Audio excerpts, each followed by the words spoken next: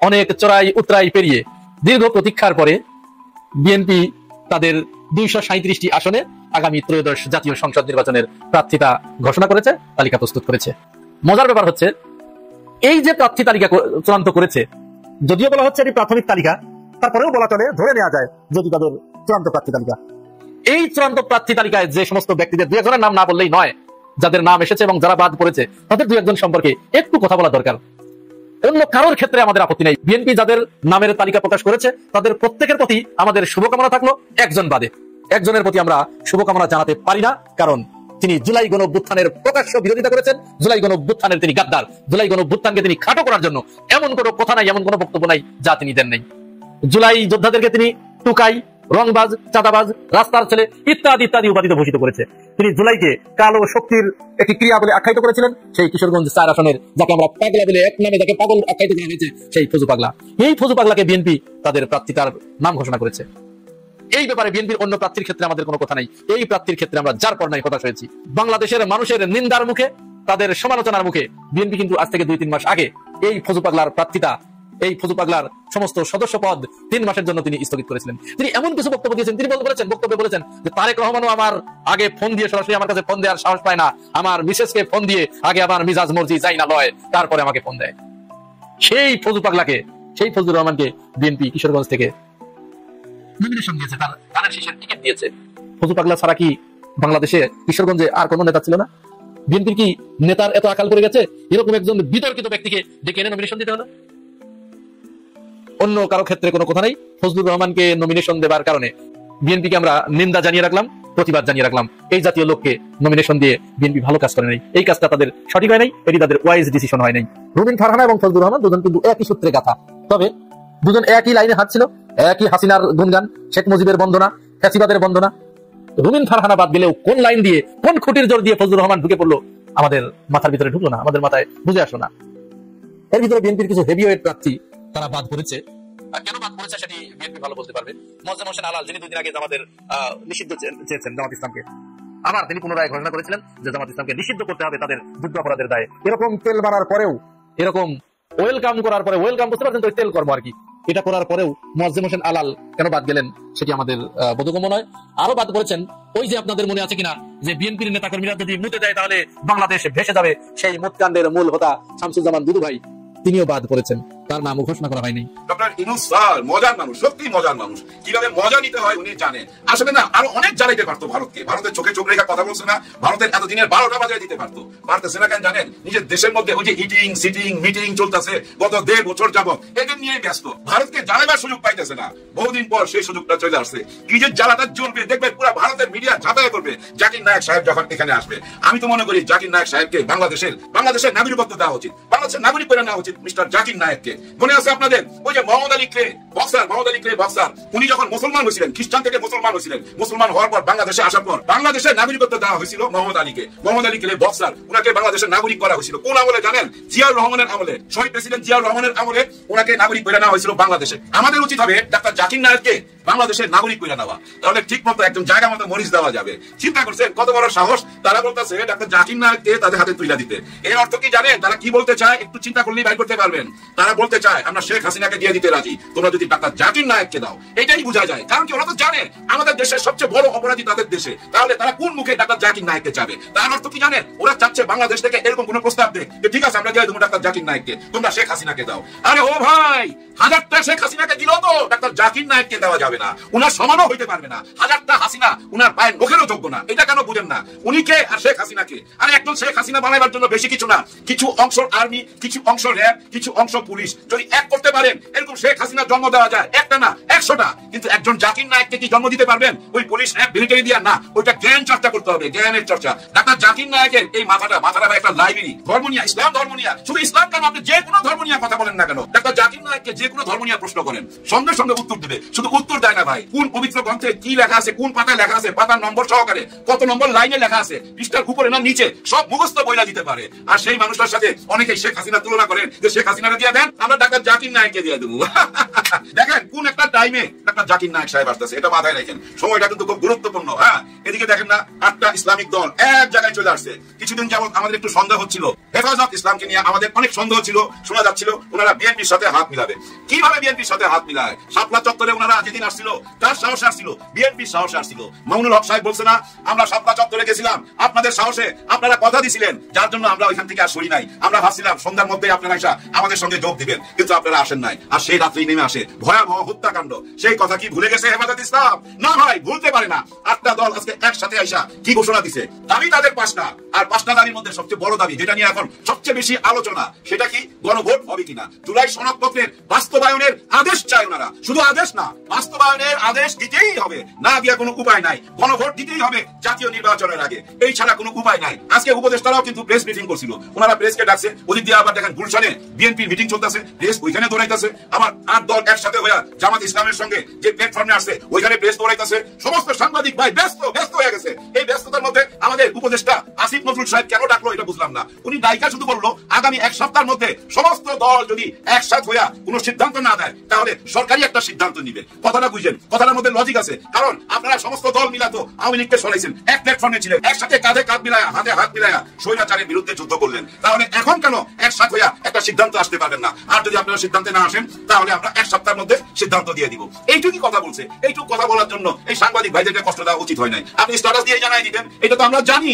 যদি কেউ এক জায়গায় না আসতে পারে, সিদ্ধান্তে না আসতে পারে, ডক্টর ইউনূস স্যারই সিদ্ধান্ত দিবে। কারণ 3 বাহিনীর সাথে উনি বসছে না, বসে একটা সিদ্ধান্তে তো চলে আসছে। 1 সপ্তাহের মধ্যে অনেক কিছু ঘটতে যাচ্ছে ভাই, অপেক্ষা করেন। হতাশ হবেন না, কেউ হতাশ হবেন না। আমার বিশ্বাস ওই যে বড় দল, দামি দল, হ্যাঁ দামি ভাবলে কিন্তু ওই যে প্রথম যে গল্পটা বললাম ওইটা মনে রাখেন, গরিব মানুষ কিন্তু মুখ ফিরাই নিবে। তাই দামি বলতে কিছু নাই, সবাই এক প্ল্যাটফর্মে চলে আসেন। জুলাই সনদপত্রের বাস্তবায়নের আদেশটা দিয়ে দেন, আর পিয়ার সিস্টেম, উচ্চ কক্ষের পিয়ার সিস্টেমের নির্বাচনটা দিয়ে দেন। ভাই দিতে অসুবিধা কি? সবাই মিলাই সংসদে যান না। পিয়ার সিস্টেম দিলে ভাই এই ছোট বড় দল যা আছে সবাই যাইতে পারবে। এই যে দেখেন আপনারা জোট করতেছেন, কেন জোট করতেছেন? বিভিন্ন দলকে সঙ্গে নিয়েই তো এই সংসদে যাইতে চাইতেছেন। তাহলে পিয়ার সিস্টেমে যাইলে অসুবিধা কি? এই যে জোট বানায় নিয়ে যাবেন, এটা তো ভাই অনেকটা ওই যে জাতীয় পার্টির মতো, ওই যে জাতীয় পার্টির জিএম কাদের সাহেবের মতো বিরোধী দল জোট বানায় সঙ্গে নিয়ে যাওয়ার কোনো দরকার আছে? কোনো দরকার নাই। যার যার প্রতীক নিয়ে সে নির্বাচন করবে, এবং সে যদি অল্প ভোট পায়, কম ভোট পায়, তার কম সদস্য যাবে এই সংসদে। যার বেশি ভোট, তার দলের লোক বেশি যাবে সংসদে। অসুবিধা কি? সবাইকে নিয়ে এক জায়গায় বসা দেশটা চালাইতে অসুবিধা কি? এই নতুন বাংলাদেশের নতুন নিয়ম মানতে অসুবিধা কি? আগের নিয়ম মাইনা চললে তো ভাই কোনো কিছুই হবে না। ওই আগের সংবিধানে যা যা লেখা আছে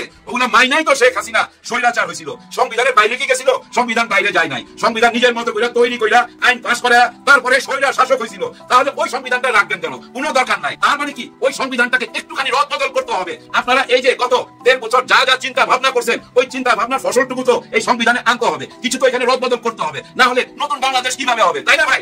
কপাল, তুমি ডক্টর ইউনূস সাহেবের চান কপাল নাকি মেটিকুলাস কপাল সেটাও জানি না, বাট আমরা দৃশ্যত যেটা দেখছি বা ছাত্রদের মুখে, জনতার মুখে যেটা শুনলাম, যে 4 আগস্ট ওনার কপালের মধ্যে একটা চিরিক বাতি জ্বলে উঠছিল একটা ফোনের মাধ্যমে, যে স্যার আপনি আসেন, বাংলাদেশের প্রধানমন্ত্রী হন। আমরা তো প্রধানমন্ত্রী শব্দটা ব্যবহার করি না, তবে ওনার নাম কিন্তু প্রধানমন্ত্রী হিসাবে আসছে, যে অন্তর্বর্তীকালীন প্রধানমন্ত্রী নামটা, এটা হয়তো তিনি অনেকদিন চাইছিলেন, কিন্তু ফাইনালি তিনি প্রধানমন্ত্রী নামটা পেয়ে গেলেন।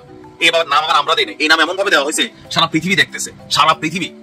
অন্তর্বর্তীকালীন প্রধানমন্ত্রী, প্রধান উপদেষ্টা শব্দটা একরকম, প্রধানমন্ত্রী একটা ফিল আছে না? অবশ্যই ডক্টর ইউনূসের হয়তো একটা স্বপ্ন ছিল, একটা রাজনৈতিক দল করছিলেন, প্রধানমন্ত্রী হবেন, প্রধানমন্ত্রী কিন্তু হয়ে গেছেন। তবে আমরা বানাই নাই, আমরা প্রধান উপদেষ্টা বানাইছি। বিদেশিরা ওনার নামটাতে একটু সম্মানসূচক লেখছেন অন্তর্বর্তীকালীন প্রধানমন্ত্রী ডক্টর মোহাম্মদ ইউনূস। তাও তালিকাতে কত? 500 জনের তালিকায় 50-এর মধ্যে চলে আসছে। ঘটনা হচ্ছে, আপনারা জানেন যে প্রতি বছর আপনার একটা মুসলিম ব্যক্তির তালিকা প্রকাশ করে জর্ডান ভিত্তিক গবেষণা প্রতিষ্ঠান the Royal Islamic Strategic Studies Centre. আর তারা কি প্রকাশ করে তালিকাটা? দ্য মুসলিম 500 টু আবার 500 দেয় ইনফ্লুয়েন্সিয়াল মুসলিমস 2026। অর্থাৎ আপনার সারা পৃথিবীতে যে প্রভাবশালী 500 জন মুসলিম ব্যক্তি আছে সারা পৃথিবীতে, তাদের একটা তালিকা প্রকাশ করেন। আর ওই তালিকায় আমাদের ডক্টর মোহাম্মদ ইউনূসের অবস্থান কত? 50। ভাবা যায়?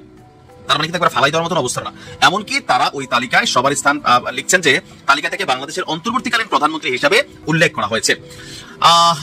এবছরের শীর্ষ তালিকায় আছে কাতারের আমির Sheikh Tamim bin Hamad Al Thani, দ্বিতীয় আছে পাকিস্তানের প্রখ্যাত মুফতি এবং ইসলামিক স্কলার শেখ মোহাম্মদ তাকি উসমানী, এবং তৃতীয় স্থানে রয়েছেন ইয়েমেনের সুফি আলম শেখ হাবিব ওমর বিন হাফেজ। শীর্ষ দশে যারাই আছেন আপনার শীর্ষ 10-এর তালিকায়, এরপরে আছেন ইরানের, তারপর আছে জর্ডানের বাদশাহ, তারপর হচ্ছে আল আজহার বিশ্ববিদ্যালয়ের grand Sheikh doctor Ahmed Mohammad আল তাইয়িব। এখানে অনেকের নামই আছে। আর আমাদের ডক্টর ইউনূস সাহেব আছেন 50 নম্বরে। এখন দেখেন এই যে 50 নাম্বার, 500টা মানে 500 জনের মধ্যে 50, সারা পৃথিবীতে মুসলিমের সংখ্যা কত এই মুহূর্তে? 200 কোটির বেশি। আর বিশ্বে মুসলিম দেশ আছে এই মুহূর্তে, মুসলিম প্রধান দেশ 56টি, আর মোট জনসংখ্যার 20% এশিয়ায় বসবাস করে। 2009 সাল থেকে আপনার এই পত্রিকাটা এমন ধরনের তালিকা তৈরি করে আসতেছিল। সেখানে আমি জানি না যে বাংলাদেশ থেকে এর আগে কার কার নাম উঠছে, আমার জ্ঞানের স্বল্পতা থাকতে পারে। তবে ডক্টর মোহাম্মদ ইউনূসকে প্রভাবশালী মুসলিম হিসেবে কেন দেওয়া হলো এটার পিছনে নানান আলোচনাও আছে যে মানে তিনি কি আসলে এমন কোনো কাজ করে যেটা মুসলিম কমিউনিটির পক্ষে গেছে, বা তার নোবেল পাওয়ার আগে তিনি তো পশ্চিমাদের খুব মিত্র, যারা সারা পৃথিবী জুড়ে ওইটাই করে। বাট বিষয়টা ওইখানে না। বিষয়টা আমার কাছে যেটা মনে হয় যে এই মুহূর্তে সারা পৃথিবীতে যে মুসলিম কমিউনিটি আছেন, অথবা ধরেন যারা এখানে প্রভাবশালী ব্যক্তিত্ব আছেন, তার দেশের মধ্যে তার ওজন কতটুকু, বা তার কথায় সিস্টেম কতটুকু চলে, বা তার প্রভাব প্রতিপত্তি ক্ষমতা, যারা এটা সিলেকশন করে অবশ্যই তাদের একটা মাপকাঠি আছে। সেই মাপকাঠিতে ডক্টর মোহাম্মদ ইউনূস তিনি কিন্তু উঠে গেছেন। আমার যদি ভুল না হয় এর আগেও একবার মনে তিনি উঠছিলেন গত বছর, নাকি আমার খেয়াল নাই, বাট এরকম একটা নিউজ মাথায় ঘুরতেছে, আসলে কি হয়েছিল? তারপর ডক্টর মোহাম্মদ ইউনূসকে কংগ্রেচুলেশন, এটা বাংলাদেশের জন্য অর্জন।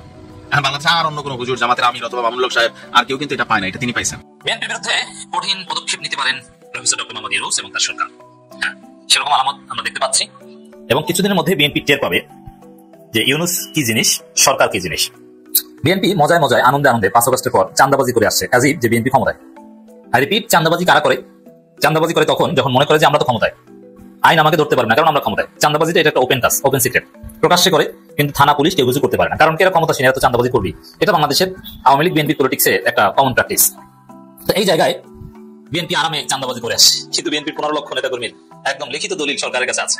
আবার কারা কারা সেই এনায়েত চৌধুরীর সাথে মিলে, মাসুদ করিমের সাথে মিলে ইউনূস সরকারকে হটাতে চেয়েছিল এবং সালেউদ্দিন আহমেদকে প্রধান উপদেষ্টা বানাতে চেয়েছিল, তার মধ্যে বিএনপি কারা জড়িত সেই তালিকা এসে গেছে, এখন বিদেশ যেতে পারে না। আরো নানান অভিযোগ, কারো নারী কেলেঙ্কারির অভিযোগ, এবং বিদেশে অর্থ পাচারের অভিযোগ, এবং আওয়ামী লীগের ব্যবসা বাণিজ্য দখলের অভিযোগ। আওয়ামী লীগের ব্যবসা বাণিজ্য আপনি দখল করতে পারবেন না, এটা কোনো আইনি ব্যক্তি নেই, এগুলো সরকারের কাছে আছে। তো বিএনপিকে দমন করা, শিক্ষা দেওয়া, এটা সরকারের একটা তুরির ব্যাপার, এবং বিএনপি টু শব্দ করতে পারবে না, চুপ করে এটা হজম করতে হবে, কোনো প্রতিবাদ করতে পারবে না। যেমন আপনারা দেখছেন এহসানুল হক মিলনকে বিদেশ যেতে দেওয়া হয়নি, এতে বিএনপি কোনো সারা শব্দ করছে, কোনো প্রতিবাদ আছে? এহসানুল হক মিলন নিজেই তো বাড়তে ঢুকে গেছে, মজা না বিষয়টা এটা। এখন কেন পদক্ষেপ নিচ্ছেন বা কেন বিএনপির বিরুদ্ধে অ্যাকশন নিতে পারেন? এই অ্যাকশনটা কোন টাইপের?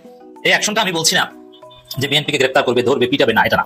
রাজনৈতিকভাবে ইউনূসের ধোলাইয়ের শিকার হবে বিএনপি, সেই অ্যাকশন কি? বিএনপির গোমর ফাঁস করে দেবে, এতে বিএনপি জয়বাংলা হয়ে যাবে। তবে হ্যাঁ, এরা যদি সত্যিকার অর্থে নির্বাচন বানচাল করতে চায়, আওয়ামী লীগকে ডেকে এনে বিশৃঙ্খলা, আইন শৃঙ্খলা পরিস্থিতি অবনতি ঘটাতে চায়, তারপরে তো অবশ্যই ধরা পড়তে হবে। কিন্তু এগুলো না করলে, এগুলো করার সাহস নাই বিএনপির, কারণ তারা তো জানো যে দেখতে বললাম এহসানুল হক মিলনকে বিদেশ যেতে দেওয়া হলো না, কিছু বলতে পারছে বিএনপি না। কেন বলতে পারছে না? কারণ তাদের নাকে তো দড়ি বাঁধা, বর্ষি লাগানো। তো দর্শক, এই জুলাই সনদ গণভোট নিয়ে বিএনপি চালাকি করছে, বাড়াবাড়ি করছে। তারা ইউনূস সরকার যেভাবে হোক না কেন, তারা জুলাই সনদের আইনি ভিত্তি চায় এবং বাস্তবায়ন চায়, এবং সংস্কার তারা করে দিতে চায়, কোনো মূলা ঝুলাতে চায় না। It's true. এখন এই জায়গায় বিএনপি রাজনীতি হচ্ছে ভারতের অ্যাসাইনমেন্ট অনুযায়ী এট এনি কস্ট সংস্কার ঠেকাও, কোনো সংস্কার কিছু না, জুলাই সনদ কিছু না, ওটা একটা রাজনৈতিক করে, কোনো আইনি ভিত্তি চলবে না, ইউনূসের একটা নাই।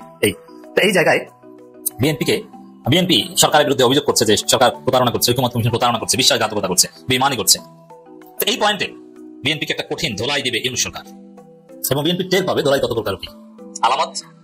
ঐকমত্য কমিশন প্রতারণা করেনি, একদিন সত্য বের হবে। বদিউল আলম মজুমদার, এর মানে একদিন সত্য বের হবে, এটা একটা থ্রেট, এটা একটা হুমকি। মানে একদিন সবকিছু ফাঁস করে দিবেন ইউনূস সরকার, ঐকমত্য কমিশন, যে বিএনপি কিভাবে দানাই ফানাই করেছিল, এক সকালে এক কথা, বিকালে এক কথা, কিসের বিনিময়ে কি ট্রেড অফ করতে চেয়েছিল, কিভাবে সংস্কারকে বাধাগ্রস্ত করতে চেয়েছিল, এগুলো সব একদিন ফাঁস করে দিবে। আর এগুলো ফাঁস করার সময় শুধু এগুলো ফাঁস হবে, তার সাথে সাথে অর্থ পাচার, আকাম, নারী কেলেঙ্কারি, এগুলো ফাঁস হবে। চারদিক থেকে ধোলাই খাবে। মিসফরচুনস নেভার কামস অ্যালোন, বিপদ একদিক থেকে আসে না, চারদিক থেকে আসবে। বদিউল আলম মজুমদারের হুমকি, যে ঐকমত্য কমিশন প্রতারণা করেনি, একদিন সত্য বের হবে। একদিন সত্য বের হলে বিএনপি ধরা খাবে। এর মানে ঐকমত্য কমিশন ঠিক আছে, বিএনপি ভুল করছে, বিএনপি অসত্য বলছে, বিএনপি প্রতারণা করেছে, বিএনপি সংস্কার বাধাগ্রস্ত করতে চায়। এটি হচ্ছে বদিউল আলম মজুমদারের বক্তব্যের সার কথা। তো দর্শক, টের পাবে, এটাই হচ্ছে বাস্তব। জাতীয় ঐকমত্য কমিশন জনগণের সঙ্গে বা রাজনৈতিক দলের সঙ্গে কোনো প্রতারণা করেনি বলে মন্তব্য করেছেন কমিশনের সদস্য সুজন সম্পদ ডক্টর বদিউল আলম মজুমদার। খেলা এত তাড়াতাড়ি শেষ হচ্ছে না, 7 দিন সময় দিয়েছে। 7 দিন পর তো ইউনূস নিজে খেলবেন। ওই খেলা যখন শুরু হবে, ইউনূসের খেলা, ইউনূসের ব্যাটিং যখন শুরু হবে, 7 দিন সময় দিয়েছে। এর মধ্যে